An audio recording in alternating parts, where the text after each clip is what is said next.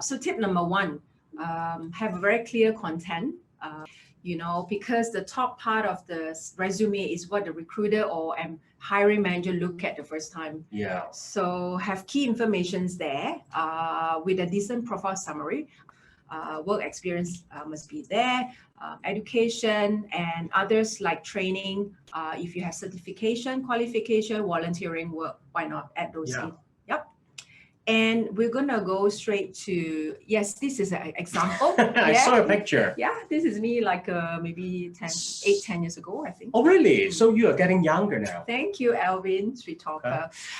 So let's focus here, right? So there you go. We have the checkbox. If you look at the sample of CV, I'm just showing a one-pager sample, right? We're gonna dive into some detail later on. And tips number two, profile summary. So some of you may ask, what do I insert in my profile summary, right? Yeah. Some of you may read something like a personal summary is similar, yeah? And so the tips is actually a short background snapshot of your work experience, education, and background. 4 to 5 bullets point, highlight technical skills and relevant soft skills as well. So it's not very easy to design what sort of points to be put. So any advice on that? Yeah, I came up with a sample here. So this is just a mock-up based on the more senior retail sales, could be a senior manager or director, right? Yeah. So if you look at a pointer here, overview, you can see that it's more than 15 years of working experience in the fashion retail industry with 10 years in ops and 5 years in management. Wow. Okay.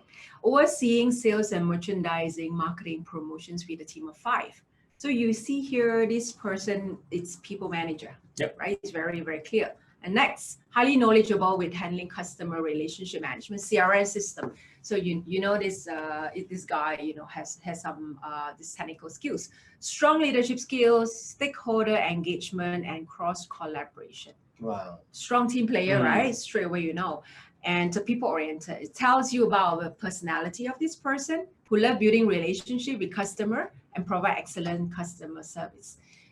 And then excellent in communication. So you want to end with some soft skills, results oriented, you're creative in problem solving, and highly adaptable. Which I would have a feeling that, by writing up this profile summary, right? I think it's a very good reflection time of my life if I got a couple of decades of working experience. Yes. So I think somehow, as you mentioned, no matter whether we've been in Hong Kong, whatever places, normally people are pretty much headache, not much time to stop and then review about our life.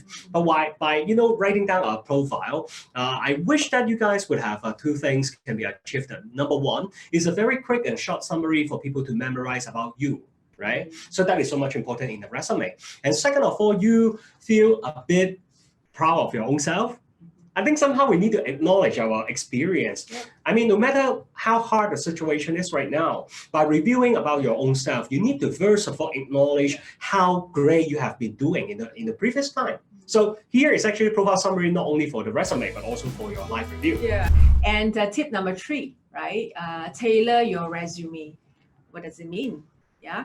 So we're talking about 80% of large companies nowadays use ATS. What ATS means applicant tracking system. Yeah, because we're now in a digital world, online and all that, and companies and all that doesn't have time to screen, shortlist and screen through all maybe thousands of CVs for the bigger corporations. So they use AI to track some keywords from the CV that you send, and if you don't have the similar keywords based on the job posting, you're gonna miss it out, right? So this is why you need to tailor-make your CV to specific role that you apply for different companies. Wow, right? that I think that is so much important when you talk about the ATS. Is new digitalized and way of boosting up the efficiency for a lot of in-house and external recruiters. How many CV normally you view in a day? It really depends on if you're doing outsourcing, right? You can process you need to process more than maybe 200, 300 CVs, right? But if you're doing a search, headhunting specific role and more senior, you need to do mapping, then Okay. you may map about maybe about 100 or 50, depending really. So it's tough. But then in a day, you really need to walk through a lot of, glance through a lot of different CV. Correct, yeah. So that's why without the relevant words to be put inside that resume, it's not easy to be picked up by the technology. So the chances for you to be exposed to the recruiter will be much lesser. And you want to match back to the keywords from the job posting. So let's say the job posting mentioned marketing manager, but has a lot of digital, social media kind of experience, and you only put online. So, but it's a similar thing, right? So you need to map out and put it relevant back to, whatever is in your current CV and expand a bit longer so that it match the keywords. It's similar. So we are not asking you to fake or come up with something that is, copy and paste. Yeah, just need to make an effort to tailor it a little bit. Like for example, customer service, customer support is the same. So yeah. So correct. So make a little innovation and intelligence on the use of word, the selection of word to increase the chance of exposure of your CV to the recruiter. I think that is actually the key. Let's go to tip number 4, right? Achievements is a big word. What does it mean? It's very practical, but it's a good, very, very good tips, yeah. Every CV you will have actually company job descriptions, right? And you'll be surprised actually a lot of people doesn't insert achievements in there. So what does it mean? I have this experience where I don't want to mention a client's name, but he was looking for a marketing manager, and we sent a lot of very, very good candidates background and CVs, and those who are high potential. But he came and said, "Oh, Sabrina, you need to shortlist more." Because I said, "Why? This guy achieved a lot of things, but there's no measurable results." There you go. So what does it mean, measurable results, right? So anything to do with numbers. For example, if you help the company to save cost, money, some percentage, or build up something. You increase the productivity of the team, and then try to set up a new SOP, whatever system. I think that is all something very special, not only described in the job duty. Yeah, anything to do with numbers, right? For every employment that you have, reflect back, put in 1 or 2 pointer. Example, if you're doing sales, this year, successfully turn around the business, increase sales revenue by 25% and customer base by 30% in 2019. But if you would say, Sabrina, I am not doing sales, I wouldn't have results, right? No, that's not very true. So think out of the box, right? For example, this one, you can successfully create a manual SOP for the team, which before that non-existent. There you go. This is an achievement as well. Yeah, I think that makes you have the edge. That's true. Imagine, there are thousands and thousands of candidates looking out for a job, and so you want to be competitive and stand out from the rest. So tip number 5, something special about you. So that's also relate to what I mentioned, right? What makes you so special, compared to the rest? What makes recruiter pick up and shortlist? I've got like 200 CV today. I've got only one role. Why do I have to pick up your CV and shortlist to my client? If I need to put about a special thing about myself on my own CV, so what sort of things I should put? When I really answer that question genuinely from my heart, I think one of the very special things that is I do Facebook Live every single day. Do you think it's we a all little know bit? that. Do you think that is a little bit risky to put this kind of thing onto the CV?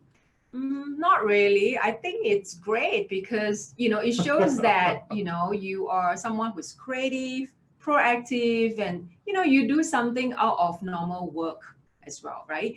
So for example, I will encourage you to put on volunteering works, right? Weekends, for some of you who maybe teach kids, right? Sunday schools and orphanage, why not? It shows that you actually it does reflect a bit of your personality. That's true. That's true. And you care, and you're connecting with people, and you're exploring, different community and languages as well. Don't be shy and be too humble. Even if you are picking up, some basic Japanese, just put it there. Because everybody know Cantonese or English, right? So if you have a bit of basic of Japanese, put in there, or French and all that, interest as well. Yeah, that is a bit like an in-depth, HR knowledge. Just a quick sharing, because when we look for a candidate, when we look for a staff, of course, we count on the performance. So that's why performance is highly reflected by your experience, by your competency, by your achievement, your track record. But at the same time, those kind of things is all rooted by your character. So if there would be some special things which can show your character, which means like a volunteer work that you are willing and engaged in spending your spare time to help and can contribute. I think that is a very important element to be put and show to your employer that you would have the same trait to influence the others. I think that's something very good. True.